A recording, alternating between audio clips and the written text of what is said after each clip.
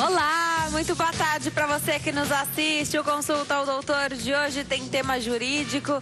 A gente fala sobre financiamento. E olha, quantos cuidados nós devemos ter antes de assinar contratos? Todos esses detalhes, quem explica para nós é o Dr. Bertone Macedo. Ele é advogado. Me acompanha neste programa. Não saia daí. O Consulta ao Doutor já está no ar.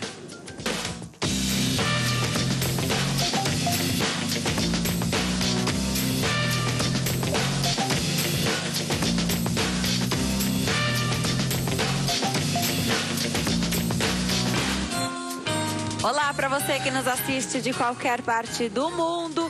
Consulta o Doutor já está no ar. A gente começa a semana falando de um tema jurídico, financiamento e os cuidados ao assinar ou antes de assinar qualquer tipo de contrato, mas especificamente quando a gente tem um valor aí mais alto, né? Seja na hora de comprar um carro, na hora de comprar imóveis também, algumas regras mudaram. A gente vai conversar sobre isso aqui durante o programa. Você que está em casa sabe que pode participar.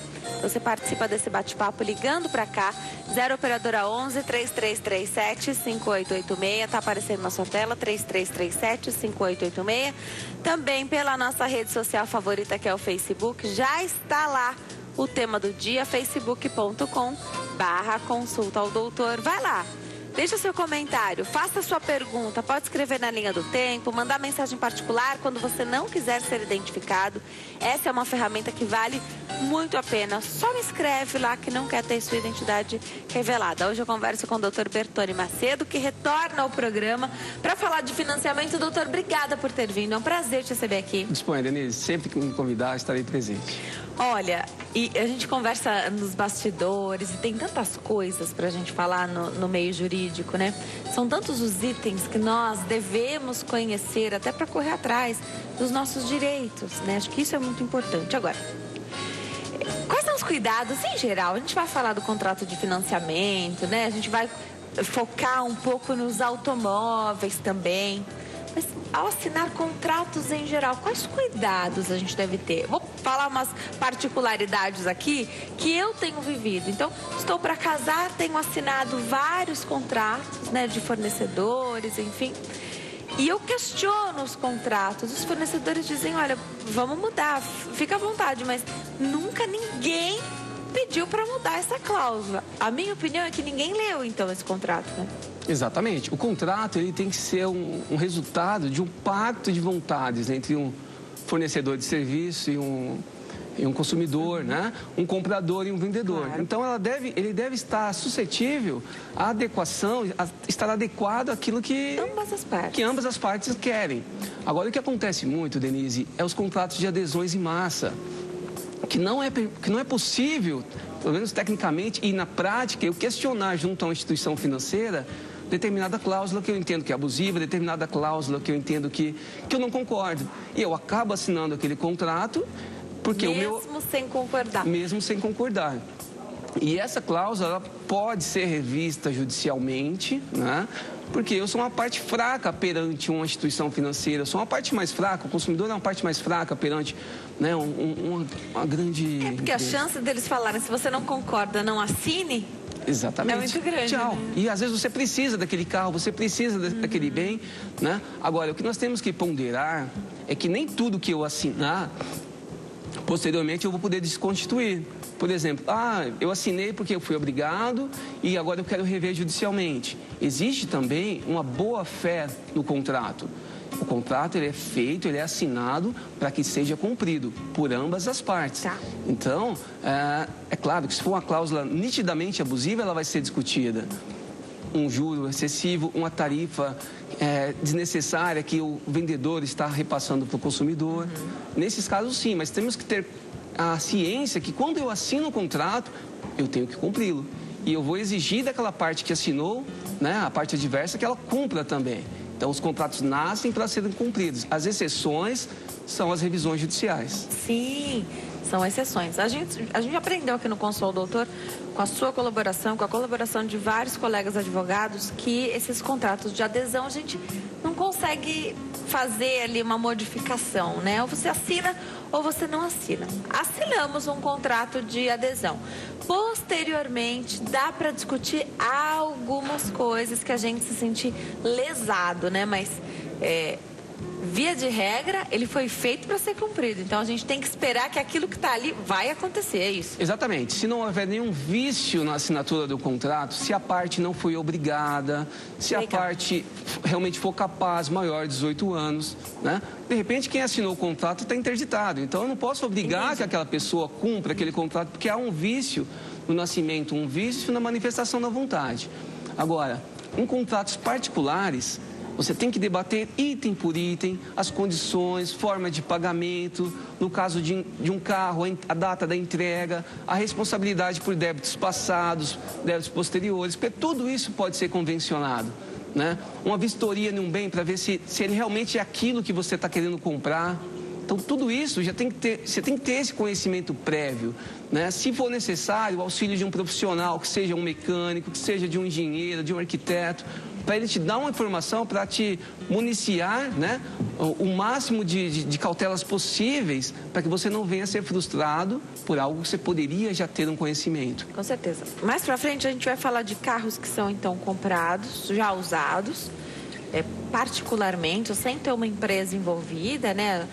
As pessoas costumam preferir comprar, às vezes, de uma concessionária, porque tem uma certa garantia, assim as pessoas pensam, pelo menos. Mas qual é a responsabilidade do vendedor perante aquele problema, o vício que o carro vai apresentar? Já já a gente chega nesse item, mas vamos falar das peculiaridades. A gente falou dos cuidados com contratos em geral, mas peculiaridades com contratos de financiamento de automóveis, né? Então, de casas também, porque imóveis são bens ainda com valor muito alto, né? Ainda maior do que comprar um carro. A questão de juros, tudo isso tem que estar no contrato. Sabe por que eu pergunto isso? Na hora de vender, o vendedor fala e parece tão simples. Parece que aquela é a melhor oportunidade da sua vida, ou para o carro, ou para a casa, né? Mas a hora que você vai chegar em casa, não é nada daquilo que ele falou. Você lê o contrato porque é aquilo que vai acontecer. Peculiaridades, juros, prazos, datas, tudo tem que estar em contrato. Tudo tem que estar pactuado, né? E assim, quanto maior o bem, quanto maior o valor, o prazo, eu creio que tem que ser maior a sua cautela na aquisição desse bem, né? Tem que começar porque um estudo familiar de qual é a sua capacidade de pagamento, no caso de um imóvel. Você vai fazer uma prestação para 360 meses. Será que nesse período futuro você vai manter a mesma capacidade de pagamento? Será que os 30% da sua renda que vai ser comprometida inicialmente é algo que vai te dar uma segurança que você vai continuar tendo essa capacidade de pagamento? Então, tem que ter um estudo muito sério, um planejamento familiar, e você não pode agir por emoção, né? Por quê? Porque a consequência de assinar um contrato de financiamento habitacional, você vai ter que dar uma entrada muitas vezes alta do bem, né? E hoje mais alta ainda, né? Hoje mais alta. O imóvel usado? O imóvel usado hoje você tem que ter, pelo Banco Público, pela Caixa Econômica, você tem que ter uma entrada de 50% do bem. Sim. Ou seja, um bem de 200 mil, você vai dar 100 mil de entrada. Para, numa hipótese de ficar 3 meses sem pagar, ver o seu bem ir para leilão, ver esses 100 mil que você deu de entradas serem abatidos sumariamente ali por taxas, custas, trâmites de leilão e não tiver nada retornado. E além de sofrer um processo de despejo, de emissão na posse, né? Um oficial de justiça chegar ao ponto de ir lá e tirar você e a sua família da casa. Então tem que ter uma cautela muito grande. Além desse planejamento, dessa certeza que você quer aquele bem, que você vai pagar aquele bem, que você tem condição, você tem que fazer uma pesquisa do vendedor, né? Muitas vezes a instituição financeira, quando ela intermedia, ela já faz uma série de pesquisas. Mas nos contratos particulares você tem que saber se aquela pessoa que comprou realmente é proprietária. Como é que vai saber isso? Através da matrícula do imóvel. Se essa pessoa não é uma pessoa que realmente já está muito endividada. Mas por quê, né? Por que, Bertone? Se eu que vou comprar, eu quero saber se a pessoa que está me vendendo está endividada. Porque se ela já tiver com processo de execuções em face dela, essa execução pode recair no bem que você está comprando. Aí você fala, poxa, mas eu comprei dela, não tenho nada a ver. Mas a lei não entende dessa forma. A lei fala que aquele bem que foi dissolvido, né, que foi vendido, já existindo dívidas do vendedor, ele pode ser retomado, pode ser cancelado, né? E se o vendedor não tem condição de pagar aquele que comprou, que dirá você? Perfeito. Agora. Legal você falar isso do imóvel e dessa pesquisa e de como isso pode dar completamente errado. As pessoas falam muito de, mas esse é meu bem de família.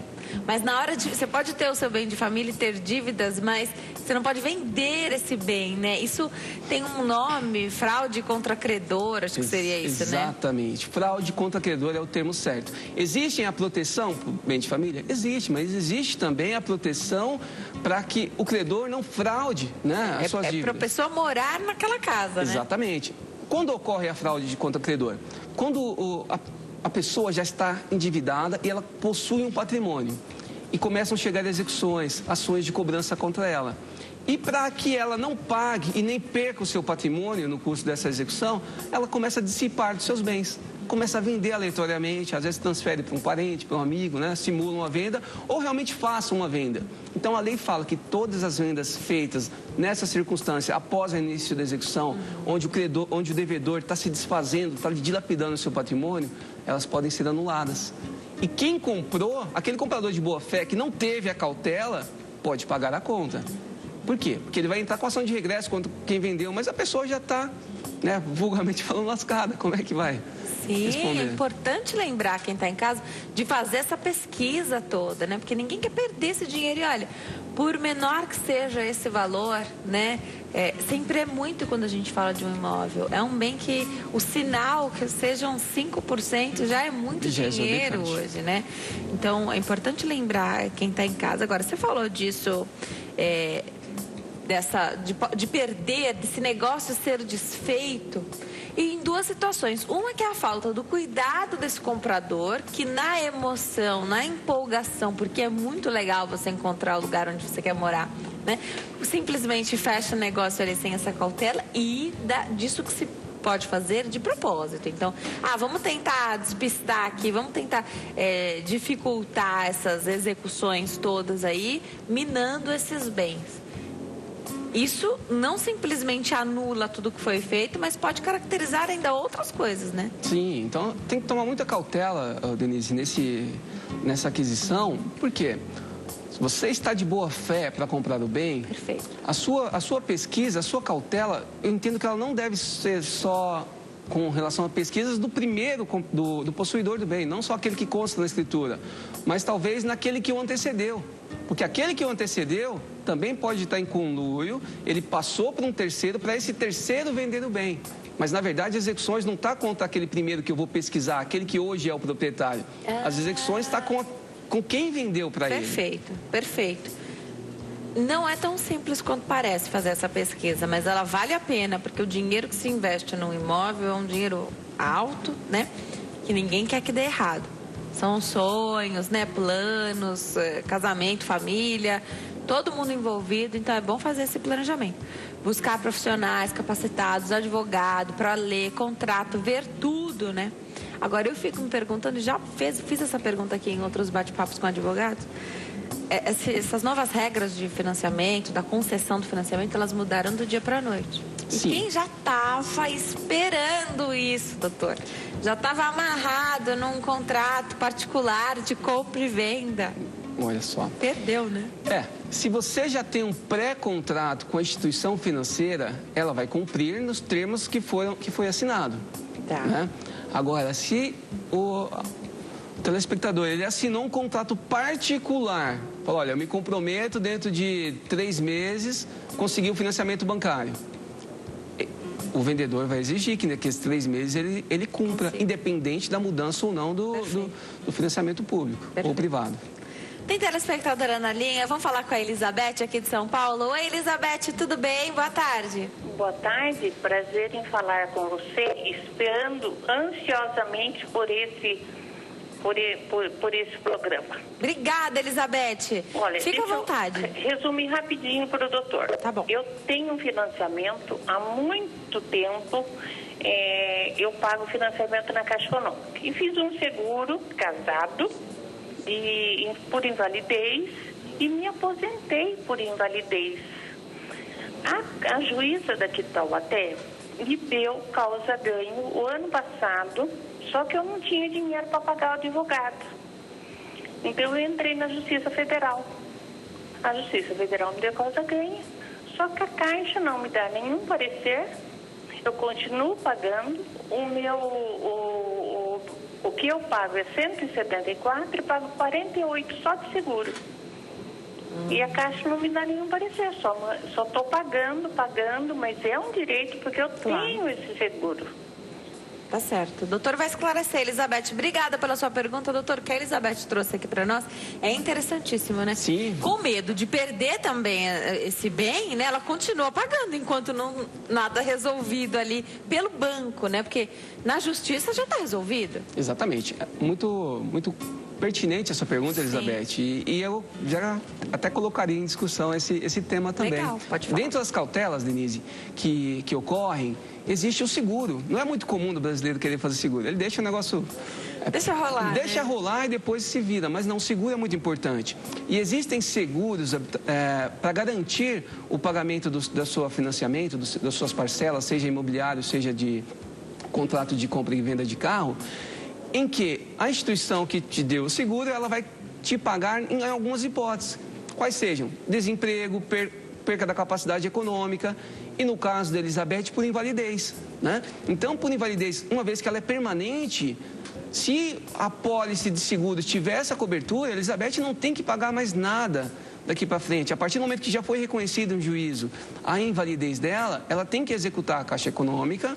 Para quê? Para que ela cumpra voluntariamente, inicialmente, essa decisão. E se ela não cumprir, tem que pedir para que se aplique multa na Caixa Econômica, né? Mas, no primeiro momento, ela está certa em continuar pagando por cautela. Sim. Por cautela, porque eu nem posso ir muito a fundo, porque eu não sei os limites da contratação do seguro dela, mas eu presumo que se for cobertura por invalidez, ela não vai pagar mais nada. E eu fico com a dúvida se a ação que ela entrou foi para reconhecer a invalidez dela, que é comum, que é na Justiça Federal, que ela entra com ação contra o INSS para reconhecer uma aposentadoria por invalidez, ou se ela já entrou contra a Caixa falando, eu já fui aposentada, né? Quero parar de pagar. Quero parar de pagar. Então ela tem que só se atentar, consulte um profissional, Elizabeth, para esclarecer se você entrou com ação contra o INSS para te aposentar ou se você entrou com ação para que a Caixa reconheça a sua invalidez e cumpra o contrato. Porque é isso que devia ter sido feito. Exatamente, é isso que ela tem que ser feito. No primeiro momento ela pode até fazer de forma administrativa, manda uma carta com a R para a Caixa. Porque já é público, né? Dá para ela saber pelo INSS que ela é aposentada por invalidez, né? Exatamente. Se ela fez judicialmente, tem um laudo lá que atesta, um laudo judicial, então... Legal. De repente só comunicar, o banco já vai saber. Exatamente. Dá para receber o retroativo que ela já pagou desde que está aposentada? Eu entendo que tem que analisar a pólice, porque o banco tem que ser comunicado a partir daquela invalidez. Isso, de repente está escrito que é a partir da comunicação. Exatamente. Ao banco, então né? Essa ciência inequívoca ela tem que fazer ao banco. Tá. Vamos falar um pouquinho de juros, doutor? Vamos. Ninguém gosta de falar de juros. Temos juros muito altos aqui no Brasil, né? Tem histórias de taxa zero, comercial, propaganda. Não é nada taxa zero. Não existe, né? Taxa zero. A Constituição Federal, ela limita os juros, né? Tem a lei da usura que limita os juros a 12% ao ano. Aí você fala, poxa, mas eu nunca vi juros de 12% ao ano, né? Mas esse juros de 12% ao ano é nas relações entre particulares, né? Mas a maioria dos empréstimos, dos financiamentos, são feitos por instituições financeiras. E essas instituições financeiras não estão limitadas a cobrar juros de 12% ao ano. Por quê? Porque a atividade comercial dela é empréstimo, então ela tem que ter um lucro, é permitido o lucro dela. Então a lei não limita a taxa de juros de instituição financeira. Então compete ao consumidor fazer a pesquisa de mercado, ver aquela que está cobrando a menor taxa, né? Porque existem variações imensas e quanto maior o valor financiado, maior será o pagamento de juros que ele fará depois, né? Quanto maior for o prazo do financiamento, mais dinheiro está indo. Então, é uma responsabilidade que nós temos que ter no primeiro momento, né? De pesquisar qual é a melhor instituição financeira, qual taxa de juros é mais favorável no momento e, fazendo uma interpretação junto com o Código de Defesa do Consumidor, eu entendo também que é uma obrigação da instituição financeira realmente analisar aquele consumidor se aquele juro realmente cabe no orçamento dele, se aquilo não vai causar um dano, né, maior do que o esperado na relação contratual, e eu entendo que ela pode ser responsabilizada também. É porque depois vem o endividamento, e do endividamento parece que a única culpa é do devedor. Exatamente. Mas, na verdade, esse crédito foi amplamente oferecido, né? Com ligações, ninguém foi procurar. Estou falando de empréstimo que você consegue quando você vai atrás, mas de dinheiro que vem até você, né? Que não é seu. São empréstimos irresponsáveis, muitas vezes, porque a pessoa já vê que o aposentado, por exemplo, a instituição gosta do aposentado porque ele tem um crédito que ele pode descontar direto na fonte, sabe que todo mês ele vai receber aquilo lá. E às vezes ele fica forçando realmente um super endividamento. E a pessoa, na necessidade, acaba pegando. Não estou falando que ela vai justificar o seu endividamento por isso. De jeito nenhum. Mas que a instituição também tem que ser responsabilizada por um super endividamento de uma pessoa que não for realmente esclarecida. Porque senão essas questões não vão parar. E a gente sabe que ninguém gosta de estar endividado. Exatamente. Né? Ninguém gosta de estar endividado. Essa situação é muito ruim, ninguém gosta. A gente gosta de honrar os compromissos, né? Sim. Mas essas questões acontecem exatamente por isso. Então, às vezes falta de consciência, outras vezes por essa oferta muito ampla que chega, que em momentos difíceis as pessoas podem tomar esses empréstimos, enfim, depois é só cobrança para todo lado, né? Eu vou me preparar para dar um recadinho para quem está em casa, doutor. Enquanto eu chego até lá, queria que você falasse sobre um item, não precisa nem falar tudo sobre isso, porque eu vou ter que dar o recado, depois a gente volta a falar. Mas enquanto eu chego até lá, e essa história de empresas que prometem rever juros de financiamentos de automóveis, então tem anúncios, se você está pagando mais do que você pode, isso é muito subjetivo. A maioria das pessoas paga mais do que pode no financiamento, né? Queria que você falasse um pouquinho se de fato isso existe, se isso é real. Para que as pessoas consigam entender, porque também é muito amplo, esse anúncio Sim. é muito amplo, né? Queria que você falasse pra gente. Exatamente, é uma causa que também exige cautela, né? Muito cautela sobre esse tema, por quê? Não é da forma como é colocado. Essa revisão de juros, né? Você está comprando um carro, está pagando 2, você vai ter dinheiro de volta, você vai reaver uma parte das prestações, isso não ocorre dessa forma. Então, nesses casos em específico, quando você quiser discutir um contrato de financiamento, eu sugiro que procure um advogado da sua confiança, não se iluda com anúncios, né, milagrosos, porque nada é da forma como é colocado. Perfeito, bom para que a gente saiba, né? Vamos pro intervalo, a gente toma uma aguinha, não vai perder nada do nosso bate-papo. No próximo bloco tem mais conversa sobre esse tema jurídico interessantíssimo, que são os financiamentos. Eu tô te esperando em 3 minutos, até já. Nós estamos de volta ao Consulta ao Doutor de hoje, tem tema jurídico. Eu recebo o doutor Bertone Macedo, que é advogado. A gente fala sobre financiamentos, cuidados, o que pode acontecer. Ainda durante este programa a gente fala sobre busca e apreensão, né? O que acontece então com quem não paga o financiamento e qual a diferença deste para outras modalidades aí de empréstimo, né? Já já a gente comenta sobre isso. Continuando o nosso bate-papo sobre financiamento, doutor, num determinado momento você falou de leilões, você falou de casas, né? Tem leilão para carro também, quando deixa de pagar? Sim, tem alguma diferença do leilão. O leilão vai ocorrer quando você não paga o financiamento da casa ou do carro. A diferença, Denise, é que no caso de inadimplência de um imóvel financiado pela instituição financeira, ela, sem necessitar ir ao Poder Judiciário, ela vai notificar, né, o mutuário, o devedor, a pagar aquelas parcelas em 20 dias. Se não pagar, ela mesma já vai fazer um leilão extrajudicial. E a sua casa, sem processo judicial nenhum, ela vai para leilão. E aquela pessoa que ia arrematá-la vai entrar com ação de emissão de posse e você não vai poder fazer mais nada. Então, qual que é a cautela? Foi intimado desse prazo de 20 dias, Bertone, não tenho condição de pagar, não dá, eu não vou conseguir pagar essa casa em 20 dias. Então, eu sugiro que você contrate um advogado, para que o advogado analise o seu contrato, ingresse com ação judicial pedindo a suspensão desse leilão e a revisão do seu contrato. Tá. Aí você, das duas, uma, ou você vai ganhar da ação judicial se tiver algum argumento plausível para isso, ou pelo menos você vai ter um tempo para poder evitar o leilão, se programar e quitar aquela dívida. Entendi. No tocante, essa decisão, mas o pessoal pergunta, mas pode o banco já tomar minha casa sem leilão? ele faz isso com base num decreto-lei de número 70 de 1966. E hoje existe uma discussão se esse decreto ele foi recepcionado pela Constituição ou não. E quem vai falar isso? Se ele foi ou se ele não foi, se ele vale ou se ele não vale, é o STF, né? E está em julgamento lá e não foi decidido ainda. Então, até que se julgue em contrário, esse decreto vale e está em vigência. E é feito isso, né? A gente vê muitas casas e muitos automóveis indo a leilão. Agora, doutor, você falou de perder esse imóvel. Pessoas que financiaram este bem, então você não pagou sua casa, ficou inadimplente, você pode perder a sua casa. Agora, o que a gente falou de bem de família, de única casa, único bem, é para quem já está com esse bem quitado. Sim. É isso? Exatamente. Agora, quando você endividado, porém com a casa quitada. Exatamente. Você, em épocas áureas, você foi lá, comprou o seu bem, quitou o seu bem, né? Passado anos, você às vezes montou a empresa ou adquiriu outras dívidas, não suportou, não conseguiu pagar. Então, aquele bem que você já tinha, já estava quitado, ele é um bem de família, né? Então, ele está protegido. Agora, a partir do momento que esse mesmo bem de família, se você fizer um empréstimo e dá-lo como garantia... Aí você pode perder. Aí você vai perder, porque você ofereceu, você renunciou à garantia, à proteção, em favor da concessão do empréstimo. Perfeito, perfeito.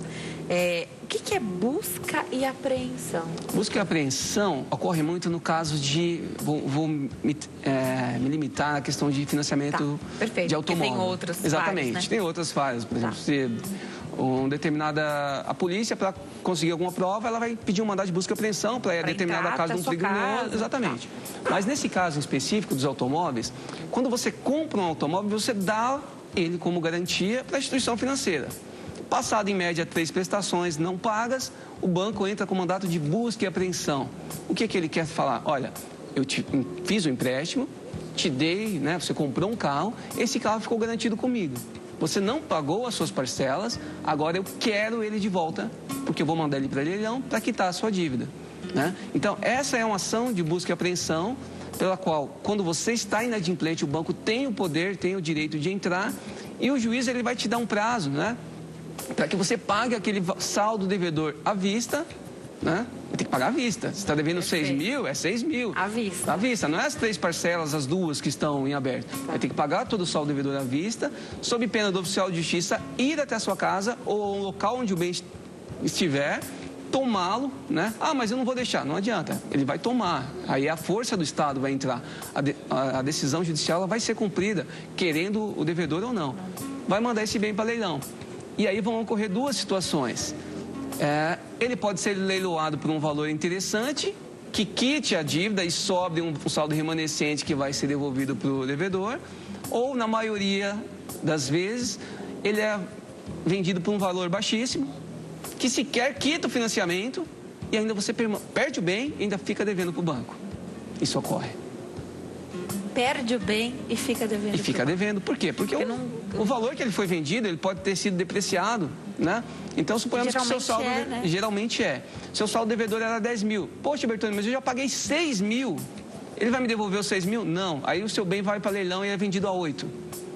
Você ficou devendo 2 mil ainda para o banco. Perdeu 6 que você gastou e fica devendo 2 ainda. Tem telespectador aqui, não quer se identificar, mas parabeniza o programa. Diz que desistiu, doutora. A gente entra numa outra particularidade aqui de automóveis. Sim. Entrou num consórcio de carro, desistiu desse consórcio, através de um banco, era o consórcio, após 8 parcelas pagas. E para receber o valor de volta, o banco em questão alegou que ela deve esperar os 72 meses, que será o total para pagar o consórcio. Isso é correto? Ela pergunta. E os juros deste período? Já faz 5 anos e não recebi nada até agora. Obrigada. Pode até ocorrer dela não vir a receber nada, né? Com juros ou sem juros, já tendo pago 8 parcelas. Pode ser que ela não receba nada. Pode ser. O que é interessante a gente saber no momento de contratar um consórcio ou contratar um financiamento? Ambos têm vantagens e ambos têm desvantagens. No financiamento, normalmente eu pago mais juros que o consórcio e o que tem de melhor no financiamento é que aquele bem eu já vou pegar ele mais rápido. Já usa esse bem. O consórcio, em tese, depende, né? No consórcio, em tese não tem juros, porque um grupo de pessoas se reúne, né? E mês a mês vão comprando uma quantidade de bens e sorteando. Então a vantagem do consórcio é uma taxa de juros menor, mas em contrapartida também tem uma taxa de administração do consórcio, que muitas vezes se equivale aos juros. E a desvantagem do consórcio é que você não sabe quando o seu bem vai ser sorteado, né? E no caso em específico, é pacífico o entendimento dos juízes que, uma vez que eu renunciei a um consórcio, eu não posso tirar meu dinheiro de volta. Por quê? Antes que o grupo termine, para evitar uma quebra do equilíbrio econômico daquele grupo. Então ela vai ter que aguardar, salvo raríssimas decisões judiciais, né? Que nem tudo é unanimidade. Ela vai ter que aguardar o término do grupo, ver se aquele valor que ela pagou, deduzido as taxas de administrações, vai dar um saldo remanescente e, se assim houver, vai ser acreditado para ela. Porque se não tiver essa regra, a gente, olhando pelo outro lado, né, sem essa regra, qualquer um entra, desiste e aí o grupo não se mantém. Exatamente, gera uma insegurança muito grande. Então, o princípio, mais uma vez, antes de contratar um consórcio, assim como um financiamento, você tem que estar ciente. Olha, esse bem pode demorar 70 meses para sair para mim. Eu não posso ter aquela pressa que vai sair 1 mês, 2 meses, 3 meses. Pode ser que eu pague o consórcio inteiro e seja o último. Pode ser que eu seja sorteado primeiro. Mas isso, aquela pessoa que vai participar do consórcio, ela tem que estar ciente, né, dessa escolha e dos riscos que é fazer um consórcio. Só para lembrar, provavelmente esse também é um contrato de adesão. Também é um contrato de adesão. Que está lá escrito e você não pode acreditar que, não, se eu desistir, eu contrato um advogado e aí ele dá jeito nisso. Exatamente. Né? Agora, você falou de algumas exceções. Deixa eu colocar uma situação aqui para você que me veio à cabeça. A pessoa não queria desistir, ela realmente queria continuar o consórcio, mas ela passou por uma enfermidade, ela ficou doente e ela ia precisar daquele dinheiro e rápido. Então ela teve que parar, ela não quer perder, né? Ainda que ela não receba esse dinheiro antes do grupo terminar, mas para que ela não perca o que ela já pagou, né? Sim. Pode entrar como uma exceção nesse caso, se for tudo provado, porque vale lembrar que tudo tem que provar, viu? Não adianta abraçar uma justificativa e tentar usá-la sem que ela seja de fato válida para você, né? Exatamente. No primeiro momento, Denise, aquele contrato, ele se torna lei entre as partes. Então, tudo aquilo que tiver previsto ali é o que vai ser cumprido. Pode ser que esse contrato de consórcio, ele tenha um seguro, né? Que venha cobrir um evento desse, como citado no exemplo. Pode ser que ele também dê alguma exceção para casos, olha, em casos de doença grave ou similares, né, ou do tipo, pode parar, né? Mas se nada tiver, aí você vai ter que entrar com ação judicial, alegar princípios constitucionais, como a dignidade da pessoa humana, falar, olha, eu não queria parar de pagar. Vai ter que construir uma tese de argumentação forte para justificar um caso fortuito, uma força maior que te impede de cumprir aquele contrato. Para que assim o juiz possa dar um pronunciamento, te isentando, te prorrogando, te colocando no outro grupo, né? Mas nada é certo. Agora, nesses contratos, o que eles dizem sobre morte? Porque aí quem vai ser responsável por aquele pagamento ou quita, se a pessoa falecer, quita aquele bem para a família? Como é isso? Está escrito também? Você falou do imóvel que tem alguns seguros. Para o carro também, a gente teria que optar por esse seguro? Sim, muitas vezes ele é feito uma venda casada. Você assina o contrato e nem vê que tem um seguro ali. Às vezes você se surpreende, né? Poxa, chega um cliente no escritório, o marido faleceu e ela quer ir lá pagar o carro. Quando a gente analisa o contrato, fala, poxa, não precisa, tem um seguro de quitação, né? Aqui. Mas isso é o quê? Faltou ler. Está escrito no contrato. Mas ansiedade, por quê? Porque o agente financeiro, ele vai te falar, Denise, o valor final da sua parcela. Sim. Então, fala, olha, você vai pagar 60 parcelas de R$800. Mas você não vê que naquela parcela está embutido um seguro, que está embutido uma comissão de permanência, que está embutido uma série de taxa de avaliação do bem, né? Você está simplesmente achando que aquele carro, naquele valor que você viu, dividido em 60 parcelas, dá aquele valor. Mas a leitura atenta do contrato, todo o contrato vai discriminar tudo aquilo, todo o custo efetivo total da transação, né? Então, se tem seguro e você fala, não, eu não quero seguro, a instituição vai tirar, consequentemente, sua parcela vai baixar. Agora, vai da necessidade, vai do interesse de cada um contratar ou não esse seguro. Perfeito. Eu sugiro que faça, que é interessante. Ninguém sabe o que vai acontecer, né? Ninguém deseja que aconteça algo de ruim, mas acontecendo, que fique quitado aí o valor. Porque a família também é pega de surpresa, né? Pega de surpresa. Aí você não consegue honrar, de repente, aquela parcela, aquele compromisso. Isso é uma dor de cabeça sem fim, né? Já existe uma dor de cabeça... Com a morte. Com a morte, né? Hoje ainda tem prazo para fazer inventário. Tudo.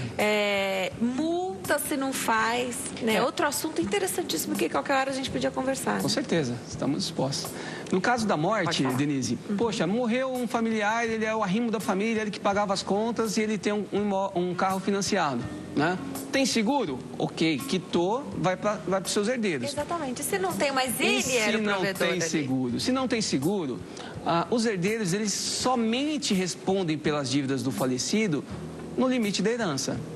Ou, se no curso do processo do inventário, quiser ser partilhado aquele bem e outra pessoa, né, for outro herdeiro, quiser assumir as prestações.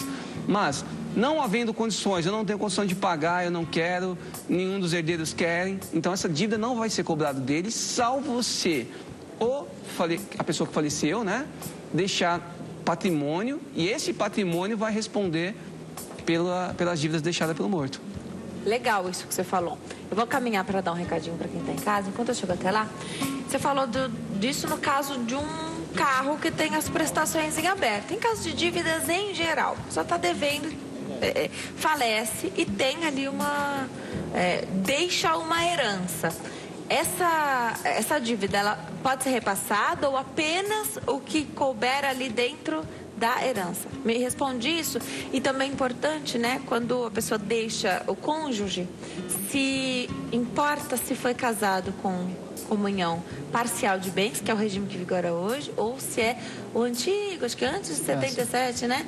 Que é quando tudo estava junto. Então, comunhão universal de bens. Conta pra gente. Sim. Se a dívida for adquirida na constância do casamento e o regime for comunhão parcial de bens, o cônjuge também herdará essa dívida no limite da sua herança, né? No limite da herança. Se ele recebeu herança de 10 mil, a dívida está sendo cobrada a 5 mil, ele vai lá e vai ser responsável. Se for comunhão universal de bens, independe do momento, ele vai, né, havendo herança, vai responder pela dívida também, Denise. Agora, se o casamento também for pelo regime de separação total de bens, perfeito, aí cada um tem o seu patrimônio, cada um tem as suas dívidas. Perfeito. Porque aí não comunica com herança, né? Exatamente. Doutor? Não comunica. Então, é legal a gente saber disso, até porque esse é um outro contrato que as pessoas assinam, né? Quando casa, assina um contrato, né? Exatamente. Então tem que ler também para ver se você aceita aquilo que vigora hoje. Dá para fazer algumas mudanças. Eu conversei com alguns advogados, desde que você não prejudique nenhum possível herdeiro, né? Já a gente conversa mais sobre isso. A gente continua conversando com o doutor Bertoni. Doutor, é importante a gente lembrar quem está em casa, né? Eu falei aqui dos contratos, né? Ao casar, o que se assina também é um contrato, né? E aí você pode aceitar ou não aquilo que está escrito, né? O que vigora hoje é a comunhão parcial de bens, né? Dá para mudar isso? Dá para fazer? E é importante lembrar, né? Porque se você tem alguém aí do seu lado, você escolhe um parceiro que não lida bem com as finanças, é uma responsabilidade também para quem casa, né, doutor? Explica pra gente. Exatamente. Antes de casar, você vai ter que escolher junto com o seu noivo, no momento ali das decisões, né? Qual o regime de bens que você vai casar? Você pode ser uma separação total de bens, ou seja, cada um vai ter o seu patrimônio, cada um vai ter as suas dívidas. Você pode casar num regime de comunhão parcial de bens, né? Que é o usualmente aceito, é o mais comum, que versa o quê? Aquilo que o casal adquirir na constância do casamento será partilhado pelos dois. Aquilo que eu já tinha antes do casamento é meu, aquilo que minha noiva já tinha antes do casamento é dela. Legal, porque já que o tema hoje é financiamento, e eu perguntei dessa história do casamento, muitos casais hoje deixam para casar um pouquinho mais tarde. Nesse tempo, nesse aguardo, né? Já se comprou uma casa, já se tem um financiamento estabelecido. Sempre e provavelmente no nome dos dois, né? Mas às vezes não é no nome dos dois. Às vezes só um tinha como provar renda, só um conseguiu se movimentar para essa forma. Só que aí o outro entra nesse casamento e, claro, vai ajudar. O conceito de família é muito abrangente, né? Exatamente. A outra pessoa não teria direito a nada? Sim. O direito, ele sempre visa proteger aquela situação fática que é estabelecida. Então, embora esse casal não fosse casado, ele agia ali aparentemente como se casados fossem, porque eles planejaram juntos, eles compraram juntos, eles, né, se sacrificaram juntos para dar uma entrada. Então é o que a lei pode definir como uma união estável. Eles estavam agindo como união estável, com o objetivo de constituir família, com a convivência pública, né, e duradoura. Então, nesse caso, a lei já atribui que o regime de bens é de comunhão parcial. Legal. Então, mas aí a parte interessada vai ter que ir em juízo fazer a prova. Olha, excelência, ele comprou, está no nome dele. Só que está aqui a transferência do meu fundo de garantia, está aqui a minha comprovante, a pessoa que comprou sabe que fomos nós dois que participamos, né? Vai depender de prova. Tá. Vamos para o intervalo? No próximo bloco tem mais bate-papo sobre esse tema jurídico que é interessantíssimo, que requer sempre cautela, cuidados. Em 3 minutinhos nós estaremos de volta. Até já. Nós estamos de volta ao Consulta ao Doutor de hoje. Tem tema jurídico, a gente fala sobre financiamentos, cuidados, né? A gente já falou sobre busca, apreensão também de automóveis. Super importante se manter informado sobre isso. O Dr. Bertone Macedo é o advogado que tira as nossas dúvidas hoje aqui, nosso convidado. Doutor, nosso telespectador Antônio de São Paulo ligou para cá, não entrou no ar, mas deixou pergunta. Ele ficou devendo uma parcela do carro. E aí ele quer saber se ele pode ter o carro tomado por causa desta parcela que ele deixou de pagar. Sim, o contrato ele é feito para ser adimplido da primeira parcela até a última parcela, né? Então, se ele pagou 59 num contrato de 60, fala, eu não quero pagar 60 porque eu já paguei juros demais. Né? O banco por conta própria, né? Por conta própria. O banco pode entrar com ação de busca e apreensão, vai inicialmente notificá-lo a pagar aquela parcela, né? Se ele não pagar, o carro vai para leilão, aquele mesmo procedimento, vai ser vendido, o valor que for pago vai ser deduzido da dívida dele, o que sobrar vai para a mão dele. Deixa eu ver se eu entendi. Na questão do imóvel, não há necessidade de comunicar o proprietário, quem comprou esta casa, é isso? No caso do imóvel, a diferença é que, para mim buscar o seu carro, eu tenho que entrar com ação e pedir uma autorização judicial. Para que o juiz permita que você pague, né, no prazo legal, ou que vá para leilão. No caso do imóvel, as instituições financeiras elas são amparadas por um decreto que permite ela pular essa fase. Ela não precisa pedir para o juiz para mandar seu imóvel para leilão. Ela vai, ela mesma te notificar, te dar um prazo de 20 a 15 dias, e que se você não pagar, ela vai te mandar esse imóvel para leilão. E aí, quando você for notificado, seu imóvel já vai ter sido vendido, outra pessoa vai estar batendo na sua porta e pedindo para você sair. Que susto isso, e que perigo, né? Porque vamos imaginar que aconteceu o inesperado, né? Então, alguém esqueceu simplesmente, apagou aí da memória essa dívida, né? Às vezes até após um trauma, ou alguém que ficou hospitalizado muito tempo e não conseguiu dar conta de pagar, não tinha ciência ou consciência desse débito, né? Que situação? De repente alguém batendo a sua porta. É um risco muito grande. Essa pessoa ela vai ser notificada, né, inicialmente, para pagar administrativamente essa dívida. Porque a ideia é que o banco consiga esse dinheiro pela via fácil, claro, né? O normal. banco, ele vende, ele financia o imóvel, o objetivo dele é que você pague. Claro. Né? Agora, ele não vai ficar no prejuízo? Não Se vai. você não pagar, ele vai mandar o seu imóvel para leilão. Agora, com o carro, você tem que ser notificado. Judicialmente. Então, judicialmente. A diferença é só essa. Tá. A diferença é que o carro, ele só pode ser buscado e apreendido e mandado para leilão mediante uma ordem judicial. A casa, não. A casa era do banco, ele vai te notificar que o contrato foi para pagar, né, em 20 dias. Caso você não pague, ela vai te notificar que o contrato foi rescindido, que você não é mais proprietário, você está sendo um possuidor daquele bem ali, que você está morando lá porque a Caixa está permitindo, no caso, né, ou outro banco. E esse imóvel vai para leilão. Se você não fizer nada, entrar com ação, impugnar, pagar, fazer o que tem que ser feito, você vai perder esse bem sem nem ter ação judicial.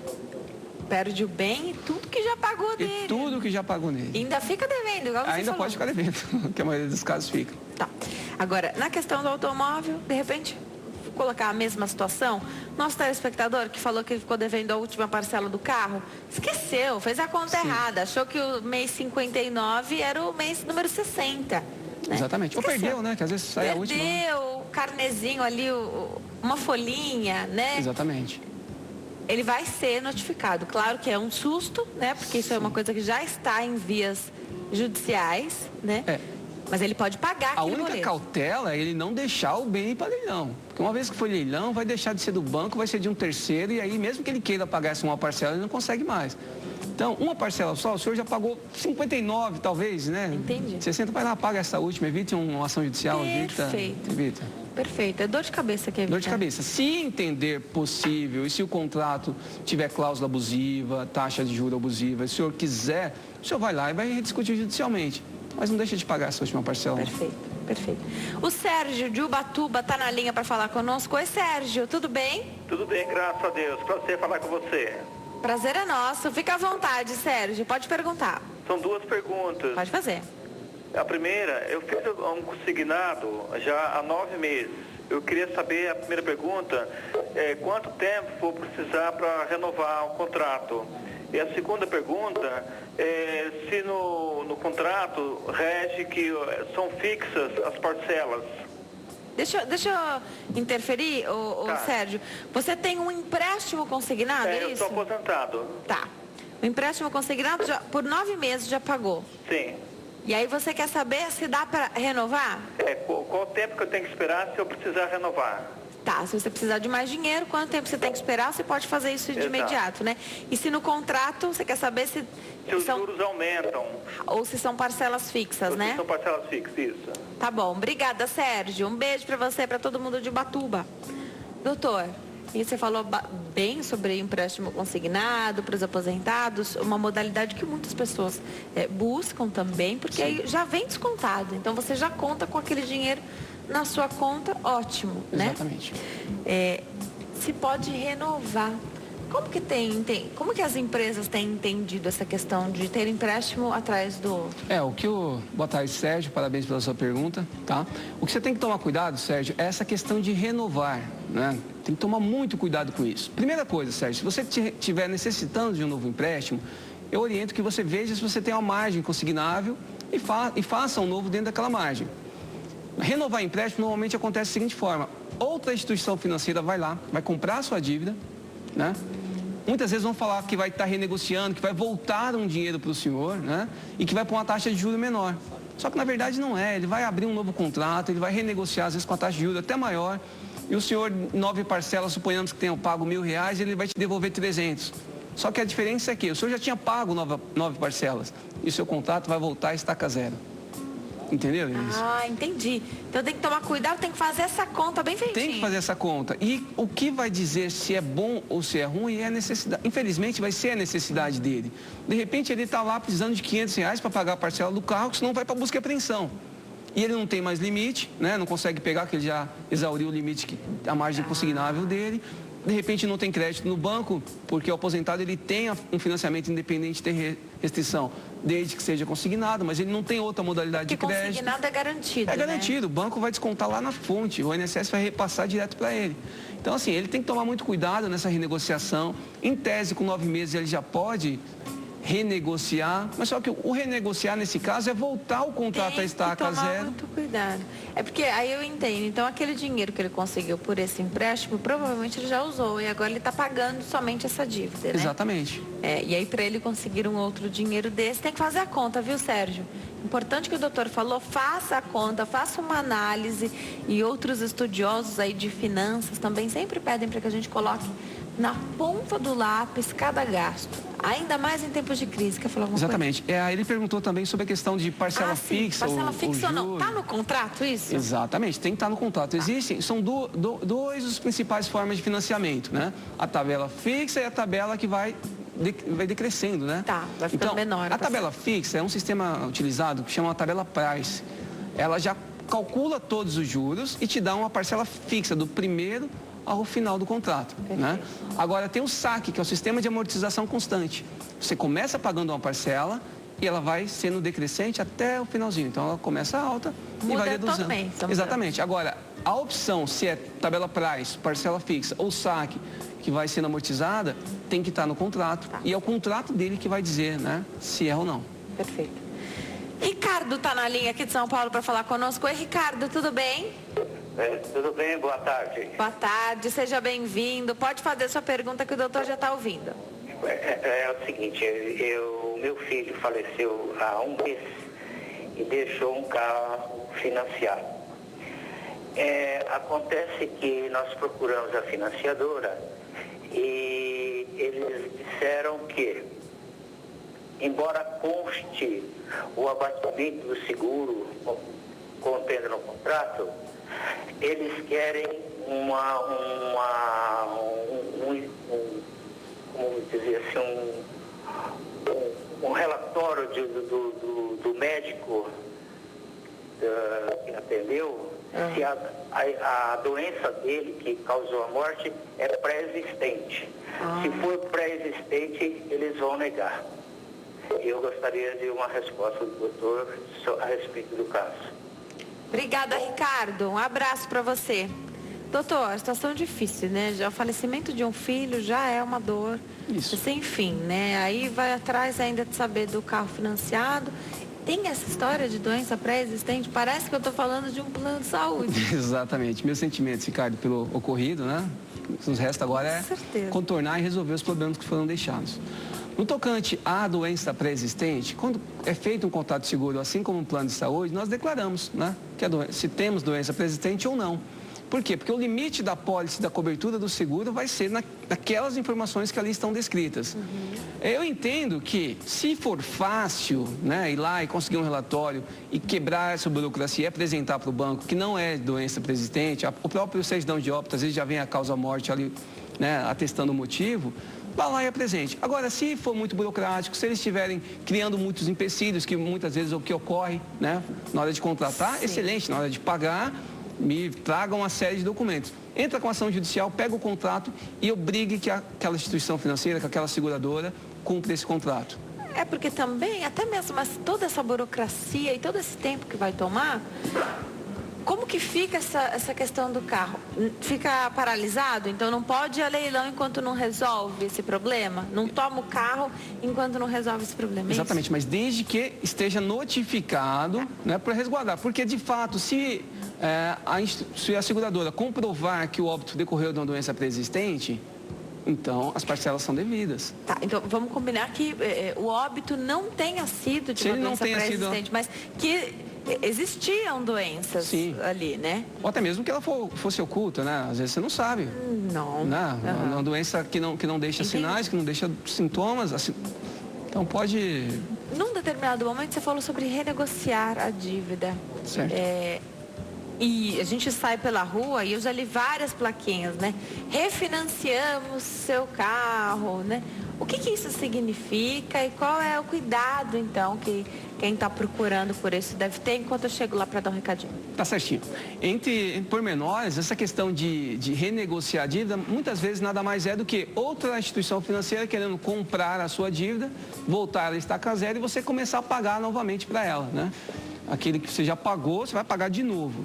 Então, tem que ver a necessidade e realmente a necessidade de renegociar essa dívida, de ceder a sua dívida para uma outra instituição. Porque você vai perder de alguma forma, exatamente. Né? O que ocorre muitas vezes são feirões que a própria instituição faz, ela te isenta de juros, isenta de algumas taxas, para que você possa retomar a sua capacidade de pagamento e retomar o curso normal do processo de financiamento. Tá. Mas tem que tomar cuidado. Já você me responde como é que as instituições têm entendido aí, de repente você chega e fala, olha, a minha condição financeira mudou. Quando eu tomei esse financiamento ou esse empréstimo, ela era de um jeito. Veio a crise, o desemprego e agora é de outra forma. Eu quero pagar. Todo mundo quer honrar os compromissos, mas precisa agora caber no bolso novamente. Já você me fala como é que as empresas têm entendido isso, tá? Se antes da coisa ficar ruim, tá? Cartão de crédito, tudo isso a gente fala daqui a pouquinho. Vamos voltar pro bate-papo com o doutor? Como é que as empresas têm entendido hoje essa conversa que o tomador de um empréstimo, o tomador de um financiamento, eles querem ter, né? Olha, quando eu assumi essa dívida, as dívidas hoje são muito longas às vezes, né? A minha situação era uma. Hoje minha situação mudou, é diferente. Eu ganhava muito, agora eu não ganho mais, né? Como que é isso? Dá para renegociar desta forma que eu tô falando, sem ser refinanciar, mas tentar rearranjar? Os bancos, as instituições têm feito isso, têm acolhido esses pedidos? Porque afinal, as pessoas querem pagar. Só que elas precisam ter o alimento à mesa, né? As coisas básicas que não podem faltar. Como é que faz para não haver o superendividamento? Como é que faz, doutor? Essa resposta, Denise, vai depender do momento que a dívida se encontra, né? No caso de um carro, antes ou depois da propositura de uma ação de busca e apreensão. Até que se propõe a ação de busca e apreensão, eu vejo que os bancos eles têm a intenção de negociar, de parcelar, de renegociar essa dívida. Agora, uma vez que eles já têm uma ordem judicial na mão, eles não autorizando, eles só vão aceitar o pagamento à vista. A maioria das vezes eles só vão aceitar o pagamento à vista. Por quê? Porque ele vai mandar o bem para leilão e vai ter uma retomada do crédito. Agora, e quando é uma dívida de bens que não se toma mais? Então, uma dívida de cartão de crédito, outras dívidas que não tem como se recuperar. Certo. No cartão de crédito que eu vejo, o próprio cartão de crédito, ele quer pagar a sua dívida e renegociar novamente. Ele vai te aumentar o seu limite. É um absurdo. Eu não sei como é que os advogados entendem isso, mas cada fatura aparece lá uma maneira de você financiar aquela dívida, seja ela tanto que for. Aí que eu vejo que entra o fornecimento responsável do crédito. Porque se ele já não está conseguindo pagar um limite de R$2.000, como é que eu vou dobrar para 4 para que 2 seja utilizado e mais 2 eu deixo disponível para a pessoa usar? Então é uma maneira irresponsável, mas infelizmente a legislação tem visto dessa forma. Os órgãos competentes, por enquanto, não se atentaram. Por enquanto, porque conta alguém vai pagar. Alguém vai pagar. E geralmente não é a pessoa que está devendo, porque se ela não tem de onde tirar... Exatamente. Aí com o aumento da inadimplência, aumenta a taxa de juros, dificulta o financiamento. Exatamente. Coisas que poderiam ser feitas antes da tomada desse crédito, né? Exatamente. Antes disso acontecer. Agora, doutor, fala um pouquinho pra gente, sobre os financiamentos de automóveis, por exemplo, tem algumas modalidades, né? Sim. Inclusive algo que chama muita atenção, porque quando a gente financia um carro, no documento do carro não vem o nosso nome, né? Vem o nome do banco. Exatamente. Vem de duas formas. Uma no contrato de leasing e outra no contrato de CDC. Existem diferenças importantes e existem destinações para cada um desses contratos. O leasing, por exemplo, na verdade ele não é um financiamento de um bem, ele é um arrendamento mercantil. O banco vai comprar o carro, vai ficar no nome do carro e ele vai te alugar esse carro por um certo período. E nesse período você vai pagar uma contraprestação financeira para o banco. E ao final do contrato você vai ter a opção de passar esse carro para o seu nome. Então ele não é um financiamento, tecnicamente falando, ele é um arrendamento. Eu compro, empresto e você me paga um aluguel. E no curso do aluguel, eu já vou diluindo uma parcela, para que ao final você já tenha esse bem no seu nome. Qual que é a diferença? O que isso implica e o que não implica? Primeiro, tecnicamente falando, o leasing é voltado para pessoas jurídicas. Por quê? Porque ela vai poder deduzir do seu imposto de renda, vai lançar no seu lucro real aquela despesa de aluguel do carro e vai deduzir no seu imposto de renda. Segundo, ela é isenta de IOF, né? Imposto de Operações Financeiras. O leasing não tem IOF, então reduz também um pouco. Mas em contrapartida, o Banco Central, vendo que o leasing estava crescendo muito, né, por essas vantagens, estava crescendo de forma desenfreada, ele limitou o pagamento antecipado. Ou seja, se é um contrato de locação do bem, você vai ficar com ele até o final, 24, 36, 60 meses. E até que você pague todo ele nesse período, você não vai transferir para o seu nome. Entendi. Entendeu? Então, ele é voltado especificamente para a pessoa jurídica que de fato vai alugar, que vai abater imposto de renda, que vai estar isento no IOF. Em contrapartida, a liquidação antecipada se torna mais difícil porque o Banco Central regulamentou. Outra modalidade de crédito é o CDC, que hoje é mais usual. Mais comum hoje. Há um tempo atrás era o leasing, mas aí com essa intervenção do Banco Central, o pessoal mudou para o CDC. O CDC é um crédito direto ao consumidor, ou seja, o banco te empresta, você vai lá e compra e me dá o seu bem como garantia, que é a alienação fiduciária que a gente está vendo. Qual que é a vantagem? O bem está no seu nome, mas está gravado em nome do banco, ou seja, está dado em garantia para o banco. E é permitida a liquidação antecipada, é permitido você pagar a parcela decrescente, pagar a primeira, pagar a última e quando liquidar a qualquer momento passar para o seu nome. Para encerrar, então de repente você está numa situação boa, você quer quitar o seu carro, você fez o CDC, você pode quitar o seu carro, antecipar. Sim. E aí o banco faz a conta dele lá. Pode confiar nessa conta? É bom pedir para alguém fazer isso para gente? Sim, em tese sim, mas existem, hoje, põe no Google lá, tem uma série de calculadora, planilha de liquidação antecipada do bem. Então, assim, normalmente o banco não erra na liquidação antecipada, às vezes ele dificulta. Ou seja... É porque para ele é mais interessante você ficar pagando os juros, exatamente. Né? Então, eu tenho um cliente que ele quer pagar a primeira e a última parcela. Aí o banco ele só disponibiliza que se pague pelo boleto as 6 primeiras. Então, para você pagar a última, você tem que ir lá no banco, pegar a parcela atualizada com valor reduzido. Então, ele te burocratiza para evitar que você faça isso, porque não é interessante. Entendi. Para ele é melhor você ficar pagando os juros, né? Estamos encerrando o programa. Falta um minutinho para a gente encerrar. O doutor deixa telefone e e-mail para você entrar em contato com ele. Então, vai lá. 0 operadora 11 4543 3388, 4543-3388. O e-mail do Dr. Bertoni, com Y, adv@gmail.com. bertoni@gmail.com. Se perdeu, tá? Deixa na tela aí um pouquinho, até a gente encerrar. Se você perdeu os contatos do doutor, tem dúvida, quer saber, me pergunta lá no Facebook que eu passo para você, tá? Pode mandar por mensagem particular, escrever na linha do tempo, ou mesmo pelos comentários, na minha página, ou na página do Consulta, eu respondo para você, tá bom? Doutor, muito obrigada, adorei te receber aqui, sempre muito esclarecedor.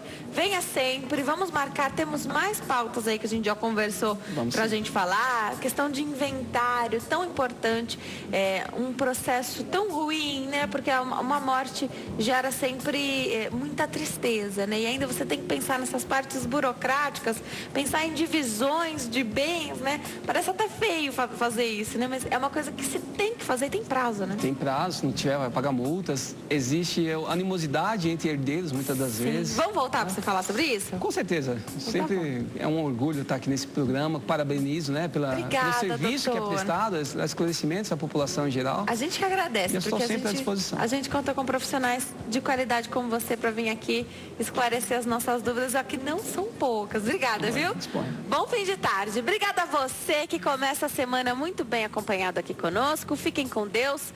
Amanhã tem mais bate-papo, sempre ao vivo para você. Tchau.